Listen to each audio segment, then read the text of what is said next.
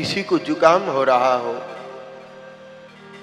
आसपास में बहुत सारा इत्र छिड़क रहा हो, खूब सारा इत्र छिड़क रखा हो, और किसी एक व्यक्ति को जुकाम हो जाए और उसको खुशबू नहीं आए, वो कहे कि नहीं इत्र बेकार है या इत्र है ही नहीं, तो क्या ये सत्य हो सकता है?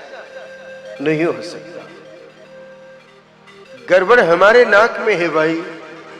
इत्र के होने नहीं होने का डिसीजन हम कैसे दे सकते हैं? ठीक इसी प्रकार परमात्मा सर्वत्र है, सर्वज्ञ है, प्रतिपल है। खोट हमारे मन में है, इसलिए वो प्रकट नहीं होता। हम कह दें कि ईश्वर नहीं है या कहाँ है, ये तो हमारे हृदय की खोट है भाई। वो तो हर जगह है। इस हृदय की खोट को मिटाने का साधन क्या है? निष्काम और निराभिमान भाव के साथ गौ माता की शरणागति लेना, ये सर्वोत्तम साधन महापुरुषों ने बताया है और अनुभव में भी आया है। सबसे पहले तो अभिमान का त्याग कर दो कि मैं क्या हूं। ये बड़ा लफड़ा है भगवान, अच्छे अच्छे भक्तों में मिलता है। घर छोड़ दिया, गृहस्थी छोड़ दी, बाबा बन गए, तो भी कईयों में ये बीमारी मिटी नहीं। मैं, बस ये मैं जब तक है तब तक तू नहीं।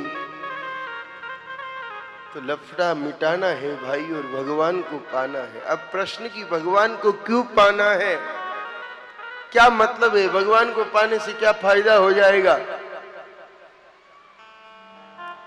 जिसको भगवान मिल गए,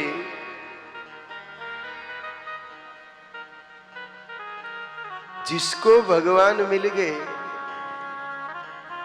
जीवन में दुख सदा सदा के लिए उसकी चले गए। संकट नहीं गए हो, संकट तो रहेंगे। जब तक शरीर है संकट रहेंगे। देह धरे को दंड है, सब काहू को होय। ज्ञानी भुगते ज्ञान से और मूर्ख भुगते रोय। संकट तो रहेंगे ही। जिनके प्रकट उत्सव का हम महोत्सव मना रहे हैं, उनके जीवन में कम संकट थे क्या?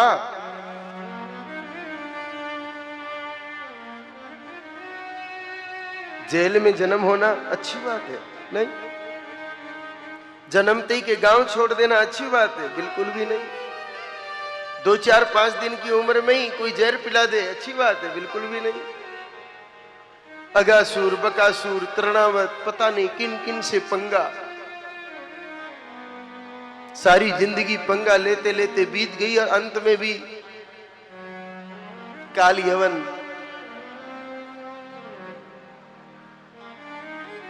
कभी कभी तो अपने रिश्तेदारों से ही झगड़ा। एक बार तो होने वाले ससुर जी से ही हो गया, दूसरों की छोड़ो। एक मणि के चक्कर में होने वाले ससुर जी से झगड़ा हो गया भाई। इतनी झंझट के बीच भी उनके चेहरे पर खिन्नता नहीं और मुस्कुराहट नहीं। उन्हीं को मन में बसाने के बाद ही जीवन से खिन्नता जा सकती है, अन्यथा नहीं। और कोई रास्ता नहीं है। दुनिया की दौलत आपके सामने ला करके रख दी जाए, एक नहीं 50-50 सेवक आपके सामने खड़े कर दिया जाए। एक पंखा कर रहा है, एक चवर डोल रहा है, एक जल का ग्लास लेके खड़ा है, एक भोजन की थाली लेके खड़ा है, एक सोल लेके खड़ा है, एक गर्म पानी लेके खड़ा है, एक ठंडा पानी लेके खड़ा है, एक yes Bose yes Bose yes Bose के गीत गा रहा है, फिर भी सुखी नहीं हो सकते। कब तक? जब तक मोहन हृदय में नहीं आ जाए तब तक।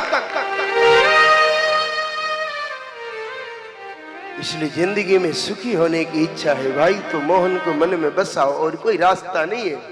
दुनिया से सुख की चाह करोगे तो दुख के अलावा कुछ भी हासिल नहीं होगा। और इस सच को जानते हुए भी अगर आप दुनिया के पीछे पड़े रहे तो जिंदगी बहुत गई और थोड़ी रही, ये भी चली जाएगी। पीछे दुनिया के नहीं पड़ना है, पीछे तो परमात्मा के पड़ना है। क्योंकि संसार में सुख उसके अलावा कोई दूसरा दे नहीं सकता। अरे देगा कैसे, है ही नहीं किसी के पास।